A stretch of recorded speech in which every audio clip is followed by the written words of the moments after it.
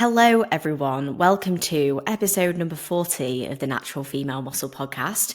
I apologise that it's been a couple of weeks, but I'm back for another episode, and an episode that actually commemorates our 1 year anniversary, which is super cool. It's kind of crazy to actually look back on that and to think that it's been a whole year since the first episode released by the time that this episode comes out. It's been such an amazing year talking to so many amazing people, just simply also then being able to talk about so many different things that I've been wanting to talk about for so long. So for anyone who has been listening, honestly, thank you so much. It's been, like I say, such an amazing year, and I'm so excited for the year upcoming and of course the year ahead. But yeah, thank you for the support.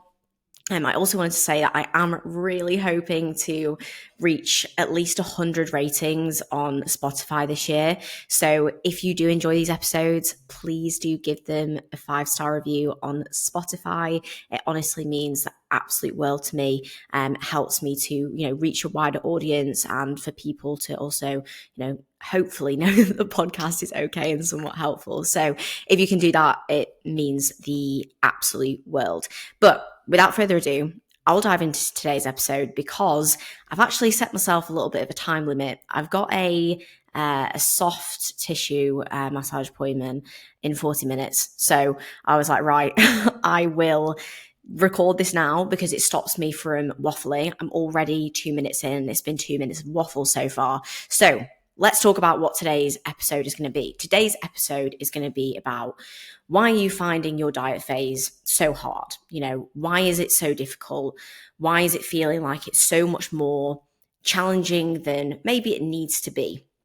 Because I want to firstly preface that, dieting is somewhat challenging. It's not a place where your body wants to be, when it's a diet or whether it's a surplus, your body likes homeostasis. It doesn't want to be in these different places. It doesn't want to be in a deficit. It doesn't really want to be in a surplus. So that's why you obviously, you get the feedback of being hungry or being full or having low appetite, or low energy, high energy, whatever it may be, so when you're in these phases, they will come with challenge. It's not going to just be a walk in the park and it's not nothing, because I think sometimes people maybe paint the picture that it's basically the easiest thing ever, and they'll be like, oh, I've been dieting with no problems. Yes, you might not have problems, but it doesn't mean that it's not still been a challenge. As an example, I'm in a diet at the moment. Yes, it's easy, but am I still a bit hungry? Yeah, of course I am. Am I maybe feeling a little bit tired at points, or am I having to be, let's say, for example, more aware of doing my steps? Yeah, of course I'm having to do those things, but there's a difference between being able to do those things and them being relatively seamless versus them being, very, very, very difficult for you to deal with and maybe more difficult than they should be. Because I think we have to remember that, when you are in a diet, you will feel hungry. You will feel a bit tired at points. These are normal things to experience. And sometimes I think people, like I say, they get scared of experiencing that. Oh my God, I've been hungry this week. Yes, you will be hungry. You're in an energy deficit.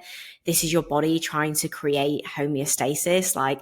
Your body doesn't want to be in deficit. So it's going to encourage you to want to eat more. It's going to make you hungrier. It doesn't want you to be doing 16,000 steps. So it's going to want you to sit on the sofa and not move to save your energy.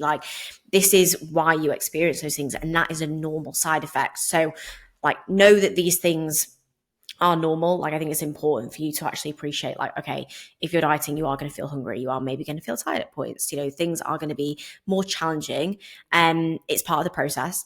But what you don't want is you don't want to then be worrying about these things too much, focusing on them or making them harder for yourself, emphasizing the way that these things feel by the way that you then, physically manage these things. Because especially in mini cuts or normal diets, or honestly even the first part of prep, you shouldn't be finding the diets really difficult. Dieting, and say it's a challenge, but it should not be extremely challenging where you're counting down the days, you're really struggling each day to kind of get through things, or you're also maybe not seeing the progress that you want to see across that diet, like really, really slow rates of loss, or just not feeling like you're being responsive, or being able to complete the things that you need to do, it really shouldn't be that difficult in those stages.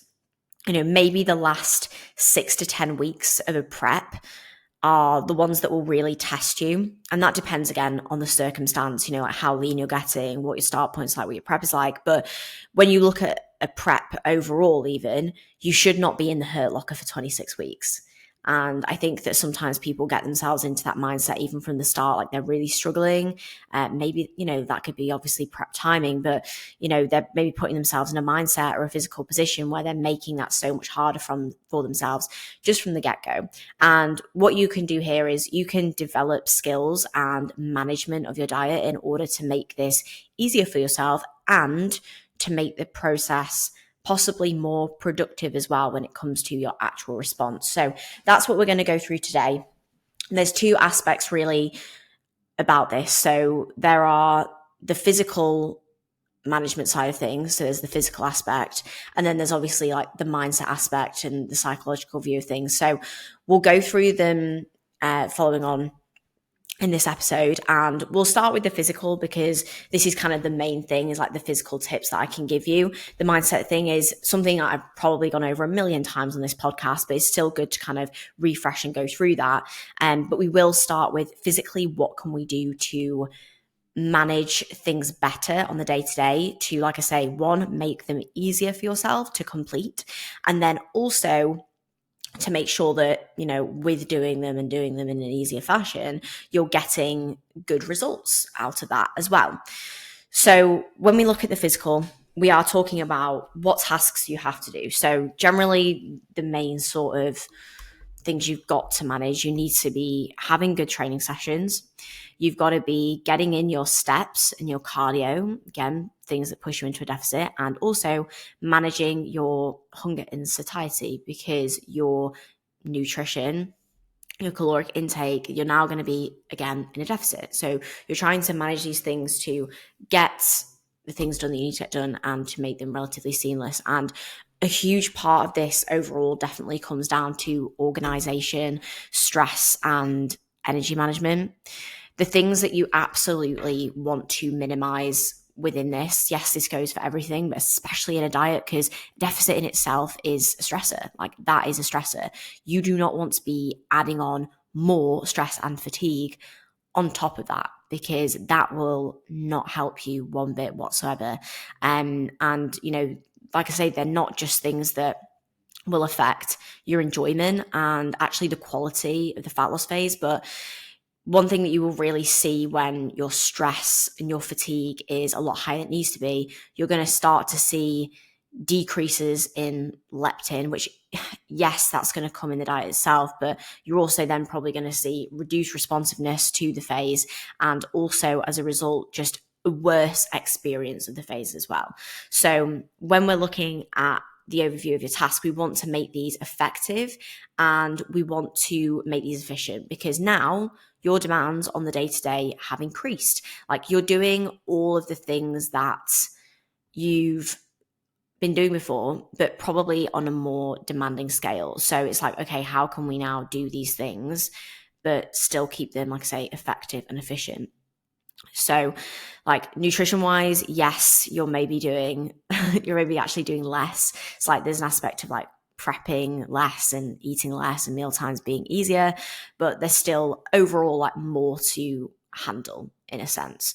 And I want to go through, I suppose, expenditure first, because when I speak to clients, I think this is the one thing that can sometimes be the most difficult. And even when I talk about this, like, I want to talk about this from a personal perspective too. And I've said this so many times on the podcast, on Instagram and everything, is when I did my first prep, I made things very difficult for myself because I just simply, like, I didn't organize things well, and I made things way more challenging than they needed to be. And I've learned all of these lessons to the point where I've gone from being in a position where I used to find diets very difficult, and I now do find them very simple and seamless. And expenditure was probably one of the main things that I did not manage very well, because with your expenditure, the more that you plan this out, the easier that this will be.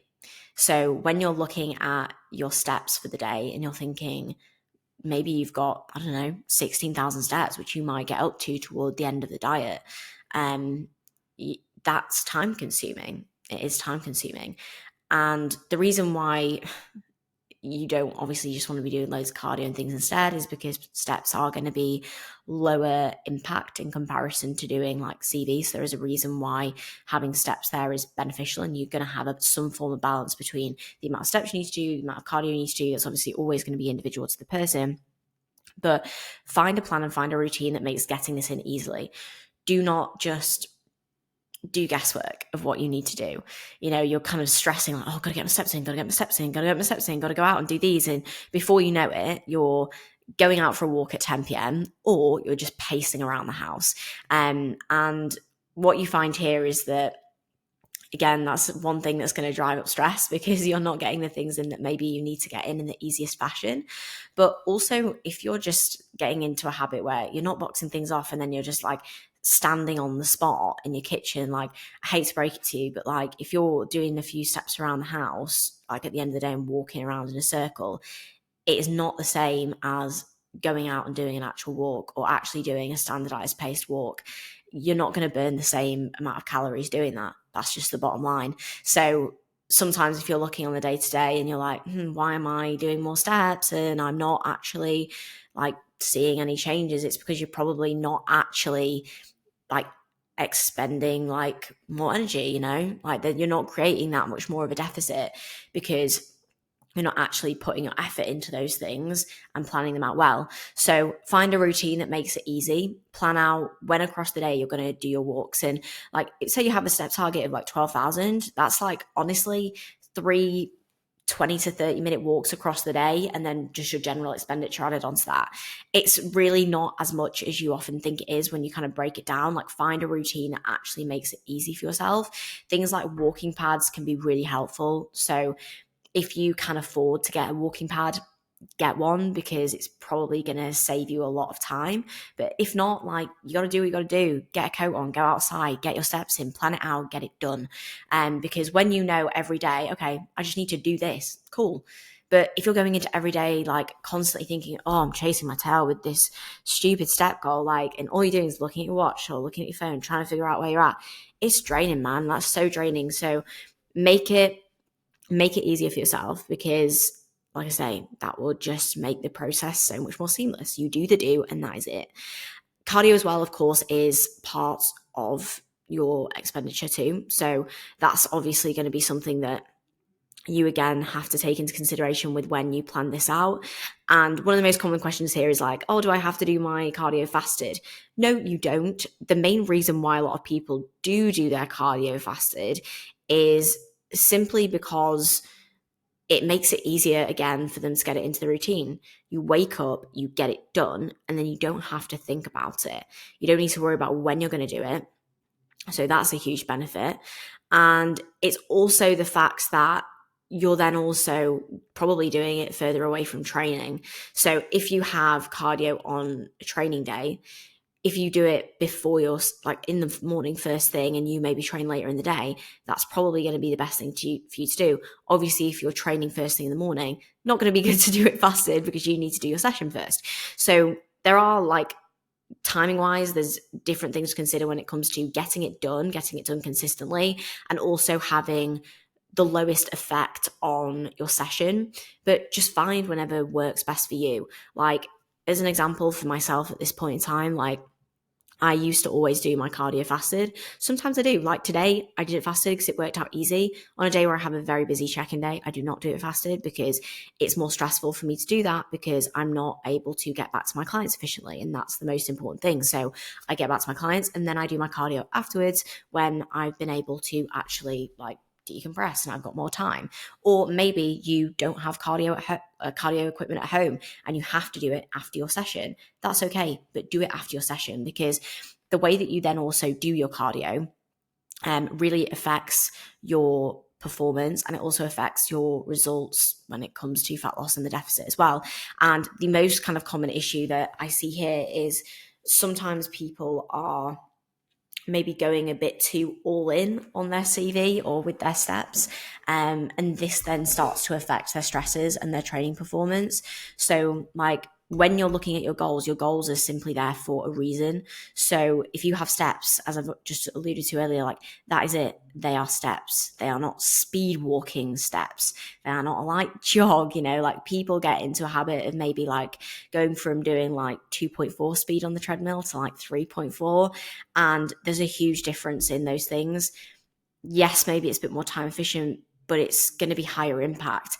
And that higher impact is going to drive up more stress and also like physically probably beat your body up a lot more. And that's going to really affect your training performance. So that's where your training performance might suffer. Same thing goes if you're going on like the Stairmaster and you're basically sending it at like 160 BPM and you actually only need to have your heart rate around 120 and then you're absolutely battered and maybe your body is very stressed and as a result then it's not responding very well to the deficit because stress is so high and that can happen.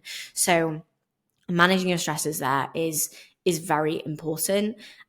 Modes of cardio as well. When you can stick to lower impact ones, the better. Like I absolutely love a recumbent bike. I do pop in the Stairmaster when I need to, because at the end of the day, like it gets the job done. But when you can sometimes stick to lower impact forms of cardio, especially maybe towards like the latter stages of a prep, it can be really helpful, or the last stage of a diet. So there's different things to consider there. But again, it's about like get it done as it needs to get done and try to limit the negative effects that come from that. So that's running through like cardio and just general expenditure. The next kind of main thing, I suppose, is obviously the nutrition side of things. So the best thing you can do with your nutrition is you want to manage this in a way that makes this seamless, because you're going to be in a deficit. As I said, you're going to be hungry, but you want to be able to get those meals in nice and easily, not have to think about them too much, not have to create unnecessary amounts of food focus that create a lot of psychological hunger, because I think there's a balance to be had when it comes to managing your food in a deficit with having food that you enjoy and then also keeping it simple to limit food focus, because just like I said there is a huge difference between physiological hunger and psychological hunger. Physiological hunger, like you are physically actually hungry, versus psychological hunger, like you're kind of creating food focus in your, it's like that idea, isn't it? It's like your eyes are bigger than your stomach. I think that's the saying. And you're actually creating kind of like more of a hunger sensation for yourself that is not actually physically hungry. Because when you are physiologically really hungry, like you'll eat anything. And I mean that in the sense that like someone could put in front of you a plate of green beans and it would be like the most appetizing thing ever. Whereas when you're psychologically hungry, you just want to eat things that you're kind of craving or creating fixations on, maybe because you're also just fixating on the things that you quote unquote think that, you can't have. And I think that having this differentiation and understanding like, okay, am I actually hungry or am I creating just cravings for myself, is important to be aware of. And you can influence these things through the habits that you create. And I've spoken about this on so many different episodes. I think I touched on this when I talked about tips for your prep. When it comes to like, for example, the food focus you create on like social media, or like say if, you're out and about and you're like going into restaurants and like looking at menus. I know it sounds mad, but people do it, and you go and you're looking at menus of things you can't have and just scrolling through like shots, or going into bakeries and like taking pictures of the things. Like people do these things, and there's nothing wrong with enjoying food. There really isn't. But you have to ask yourself, is that beneficial for your goal? And is it making your situation actually better, or is it just making it worse? So that is something you really have to think about there. When it then also comes to your actual meals and the way that you're preparing your own meals, I think that one of the biggest issues here that can make this a lot more difficult is you're wanting to make your meals too nice. And I know you probably think I'm a bit weird for saying that, but I think it's important when you're dieting to make your meals nice, yes, but you need to also make them satiating. Like you might want to put some things into your diet that you really like, but they're probably very calorie dense and also very low volume. And you have to realize that when you are dieting, you do need to prioritize things that are satiating. So whilst in the moment you might think, oh, I really want to have, this cereal, or I'd like to just add this into my diet. Yes, that might instantly be something that you like the taste of, but is that then actually just making you hungrier? And is that actually making it harder for you to deal with the hunger that you are experiencing? Like, for example, things like wraps, cereal, granola, pasta, all things that are very high calorie relative to a very low volume. Whereas things like potato or oats, like, are so much more satiating. You get so much more bang for your buck. And it's important that you make use of those things, because you could literally be making it harder for yourself as a result of your food selection. And even down to things like fruit and veg selection, like if you think about the calories that you get and the amount of volume that you get for like raspberries versus a banana is wild. Like 100 grams of raspberries is like 4 or 5 carb, whereas 100 grams of banana is 20 carb, so there is a huge difference there. And you do have to be aware of that. Like, these are things that are also great when you're in off season, because they help you to get in more calories. But when you're dieting, you have to go onto the opposite side of that. And that will genuinely make your food a lot easier. So when you are, whether you're like making your own meal plan or whether your coach is making a meal plan for you, understand why certain things are in there. And whilst you might want to swap things out here and there, just be aware of how that's maybe affecting your hunger and satiety across the prep, because you could probably manage that better for it to be like easier and more enjoyable for you. Do also within that, like, be mindful of where unwatched or very like easy calories can kind of slip by, like drinks, sauces, things that you can maybe actually just pick better options that you don't realize. Like, sometimes some things that are like, for example, like low calorie sauces or low sugar drinks, whatever, they've still maybe got like 50, 60 calories in them. And that's a lot. Like, that is a lot of your diet. And what that means is that you're either in a position where you're confused why you're not losing weight, or why you're not seeing the scale weight come down when you're supposedly in a deficit, or your baseline food ends up getting really low because you have a lot of these other things in. So it's like, say you have a meal where you've got like 250 grams of potato, but you've been adding a sauce in that's got loads of calories, and you're also having a drink with it that's got loads of calories. You end up coming down to 100 grams of potato in that meal. Whereas if you just maybe reduce the sauces or reduce the drinks or make some better options, that might be something you're able to protect. So be aware of those things, because they might be stuff that you don't necessarily realize that can have a huge effect on the quality foods that you're actually able to still maintain within your diets, which is important for satiety, it's important for performance, important for recovery. And it's also just then like your, again, satiety of those things. Now, when it comes to the choices of like meal plan versus macros, this is also something to consider. And I think I will actually do a full episode on this, because I could, again, just like literally talk about this forever. But the thing here is like, it's whatever works best for you. I do think, though, that generally when you do transition into a diet or a prep, having more of a meal plan structure is very, very important. So even if, like for me, if I was to put a client on macros while they're in a diet, that basically means that they have free reign of creating their own meal plan, but they need to have consistency on the day-to-day. Because the thing is, you need to have similar structure with having similar calories and macros split across meals across the day. Because if you're changing this a lot on the day-by-day basis, you're going to notice like massive fluctuations in energy, massive fluctuations in satiety, probably big differences in performance, recovery, overall appetite. So the more that you can kind of keep this the same, the easier that it is to manage, because all of these things start to regulate a little bit more. So and of course, the decision fatigue is far less. So again, that brings down your food focus massively, because you're just prepping the meals, making them so much easier. So generally, like, I think teetering towards a meal plan approach is generally a little bit more helpful.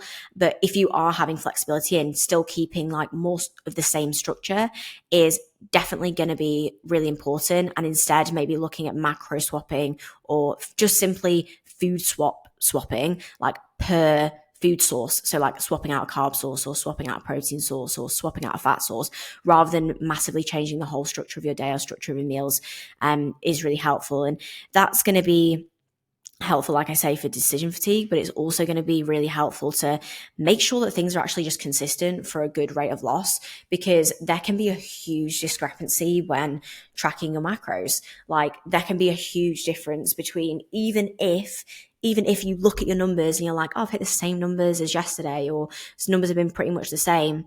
Like there is a really, really big difference between lots of different ingredients and things that you buy in the shops, on labels.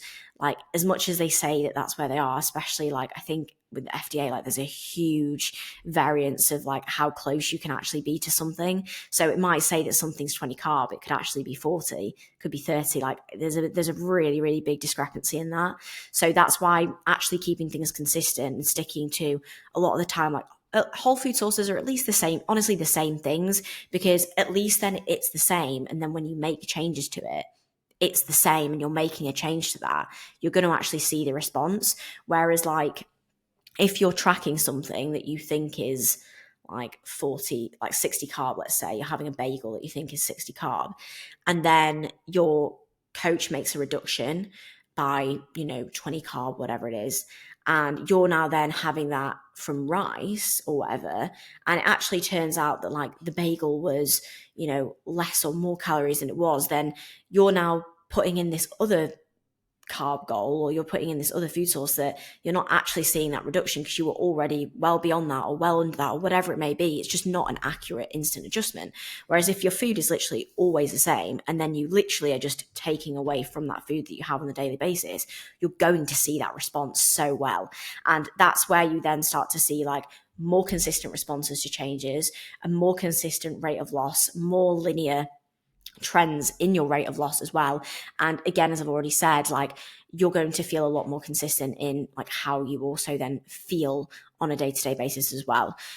So those are a few things to consider there. There's a couple of other things I wanted to mention that can also make managing your nutrition a little bit more easier for yourself on the daily basis. So backloading carbohydrates and fats can actually be really helpful, mainly on your rest days. Obviously, training days, you're going to want to keep a good amount of carbohydrates positioned around your training window. Where you actually position the rest of your carbs and fats is probably going to be dependent on your training times. But especially on rest days, actually maybe pushing more of those towards the latter end of the day can help, because especially in the morning, if like you're busy, you're cracking on with a good amount of work, or you're traveling or things like that, like you're not really going to notice that you're that hungry. And usually you kind of probably run off a bit of adrenaline at the start of the day. Like this is generally what I pretty much always do. And it makes it so much easier when it comes to managing your appetite. And also if you're somebody who actually maybe trains early in the morning, you're probably going to want to make sure that you do have a slightly bigger last meal so that you can actually have that kind of hold you over into the next day, along with the fact that having a little bit more food later in the day can also help with sleep as well, especially in the latter stages of a diet too, because you're not going to go to bed quite as hungry. You can, within that, also maybe have a slightly bigger gap to your first meal in order to push those meals back a bit, so you don't feel like you're kind of waiting so much across the day. And within the point of actually like waiting a lot across the day, keep yourself busy, keep yourself preoccupied.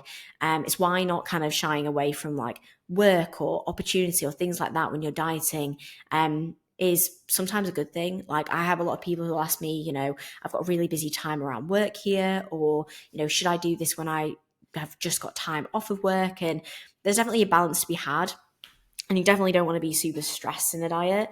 But actually like being busy is definitely better than having nothing to do. As I've said so many times before, the hardest times for me when I've been dieting have been when I was actually like off uni. I wasn't really doing very much, wasn't very busy with coaching. I had nothing better to do than to think about when my next meal was. And, can I start cooking my meal now? Whereas, when you're busier, you don't have the time to really do those things. And it can be actually very helpful and a lot more productive for you to have more things to do. So that's really the basis when it comes to nutrition. The next thing I want to come on to is sleep. Sleep is something that is always important. Your sleep is everything, no matter what phase you're in. But especially when you're dieting, don't neglect this, because I think sometimes people think, oh, I'm going to get up early and I'm going to start, doing this and doing that and being really productive. And yeah, amazing, but still make sure that you're getting in good sleep, because irregular sleeping patterns, poor quality sleep will absolutely have an impact on how you feel on the day to day. They really do. It plays a role in everything. The time that you then have available to do your tasks across the day based on your sleep time and your wake times, your readiness for your sessions, your recovery, your hunger across the day, especially because when you get less sleep, you're going to see an increase in ghrelin and a reduction in leptin. So ghrelin obviously is like your hunger hormone. Leptin is there. It's going to suppress appetite. They obviously kind of work independently and together at the same time, but they're basically there to kind of manage that energy balance. And again, they're trying to kind of bring you to homeostasis as such. And you're absolutely going to see a reduction of serum leptin over a diet. Like that's just normal as you're in a deficit. But you can also make this a lot worse for yourself if your sleep and your stress levels are really high. So you're going to see more issues that come alongside this. So the more that you can actually then manage your sleep, get good quality sleep, and keep yourself accountable with this. So the best things you can do with your sleep are set yourself actual sleep times and wake times, and this all comes in part with organization and the way that you kind of manage your day to day. But like, be an adult and like set a time that you need to be like winding down, set a time that you need to go to bed, set a time that you need to wake up. Give yourself enough time to go to bed. Give yourself enough time to make sure that you are actually getting a good quality sleep. Set up your sleep environment to make sure you're getting a good quality sleep, keeping the environment dark, cool, taking your time away from screens before you go to bed, relaxing, winding down. Like, keep yourself accountable with that, because you will feel so much better. If you do not keep yourself accountable with your sleep, you will be more stressed. You will honestly feel worse. You will just make things so much more challenging to yourself. So do not neglect how important having consistent and good quality sleep is. And I think that honestly brings me to like the overall arching theme for your physical variables. And that is like, be organized and be consistent. Be consistent, because the more that you manipulate things, the more challenging you make things for yourself when it comes to decisions, and also then the actual outcomes and the experience that you see on the day-to-day basis. As I said, this is why you may be not seeing consistent trends on the scales, why you're maybe not seeing massive fluctuations. If you're waking up 5 hours different from, Friday to Saturday, you're going to see a huge difference in body weight. You're going to see a huge difference in your stress levels. You're going to see a huge difference in your hunger levels from week to weekend or whatever it may be. So yes, I'm not expecting you to have your life perfect like a robot, because that's not realistic, but you can definitely keep yourself accountable with these things to make it so much easier for yourself. And if you don't see the results and you're struggling so much in the day to day, like that's demotivating in itself, and then that creates more stress, and then that creates more issues, and you basically create a negative cycle. So keep yourself accountable with the things that are actually going to create a positive cycle for yourself. That's really important. So those are pretty much all of the things that I wanted to cover from a physical management aspect, and kind of giving you some tips and feedback there.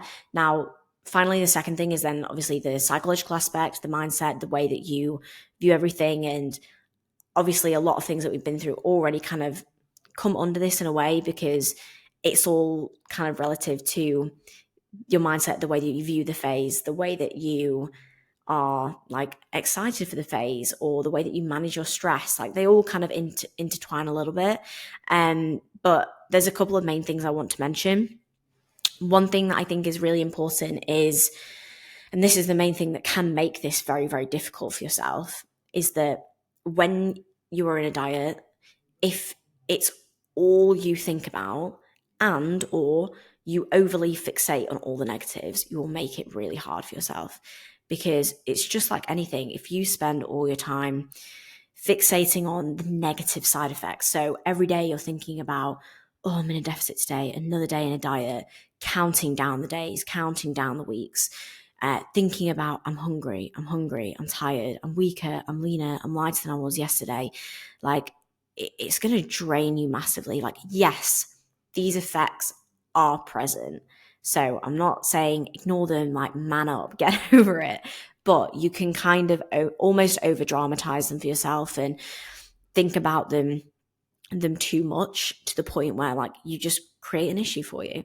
Like they're going to start to really affect your enjoyment and your experience of the diet phase, and you're just going to basically create more stress for yourself than like the actual physical variables are having. So to give you an example, it's like, say you go into a session and you've hit a new low, you're, yes, in a deficit, you're a little bit leaner. That's maybe going to affect your training a little bit, but you're going in and you're going, oh my God, I'm so tired today.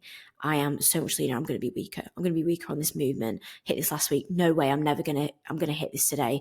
Oh God, I'm so draggy. That stress of that is going to have way more effect than the actual fact that you're a little bit leaner in itself. Like the stress is going to impact your performance way more. And you have to realize what is physically having an effect versus what you are creating more of an effect of through your own thought process and the way that you view these things. Because that mindset, the way you view everything is so powerful. And I was horrendously guilty of this in my first prep. Like I've said this so many times, but I ruined it for myself big time because I just thought it was all I thought about. It was literally all I thought about, because everything for me was like bodybuilding prep. And I wasn't busy with work. I wasn't busy with other things. And I just over dramatized everything and made things really difficult. So like, don't dwell on the negatives, and don't also just see it as a negative process as a whole. And I think this is also why, from a mindset perspective, when you view a diet, when you view a prep, whatever it may be, like really hone in on like your why and why you are doing what you're doing. Because at the end of the day, like, yes, a diet phase is difficult, but you're choosing to do it for a given reason. Like, there's no right or wrong reason for necessarily like wanting to diet or wanting to compete, or whatever it is, but you'll be doing it because, like, say you want to challenge yourself, or because you love striving for, you know, more progress every day, or you're trying to do something you've never done before. And I think that you have to remember that in the moments where, you know, something is a bit more challenging and you are feeling hungry, or you are feeling a bit more tired, and you actually then are grateful for that. And I think no matter what, we have to appreciate that, like, we are so lucky to be able to diet and to do everything that we do by choice, because there's not many people who get to basically like energy deprive themselves by choice.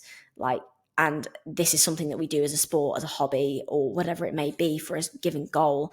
And I think that being like, right, okay, it's actually a privilege that I'm able to work towards these physique related goals, and I'm able to challenge myself and do XYZ, even if it's, you know, weight loss for a health perspective. Like, you're able to look after your health in this way, and you have the tools available to do that. Like, remind yourself that there's so much to actually be grateful for and to be appreciative of within those phases, and enjoy that challenge. And don't be afraid of giving yourself those daily reminders, you know, like talk them through with your coach when you're having a difficult moment, because that's important. Write them down for yourself with some journaling. Like, reminding yourself of these things is really, really key, and taking control of what you can do within your mindset to relish like in the challenges, and even in the difficult parts, like enjoy them, so that you can attack them with your best effort, and so that you can also keep your stress low and keep your response high. That is the most important thing. A lot of these things you'll probably look through, and this is the main thing, and these are all mistakes I've made in the past.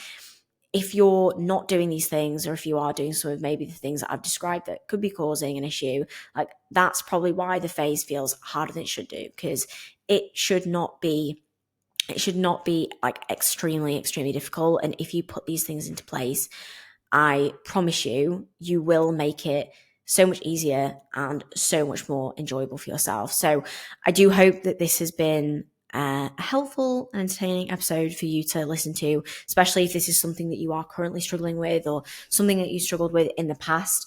And, if anyone has any like specific issues that they are experiencing at the moment that maybe I've not covered in this episode, let me know, because I'm always open to different ideas, things that you want to hear about. Like, I might have things that I think are helpful and you guys might think, Loz, we've heard this a million times, we're not interested. Give us something new. Tell us something we haven't heard. And I want to do that. So yeah, let me know if there are things that you would prefer me to run through. There should be a bit of a feedback on the Spotify that you can respond to. But if you also want to like pop me a DM, pop me a message, like I'm always happy to chat. So if there's anything you want to roll through there, please do just let me know. But yeah, thank you so much for listening to this episode. If you've made it to the end, as I said at the start, if you can rate us on Spotify and also maybe subscribe, like, or share, all that amazing stuff, that would be absolutely amazing. But yeah, thank you so much for listening, guys, and I will catch up with you all in the next episode.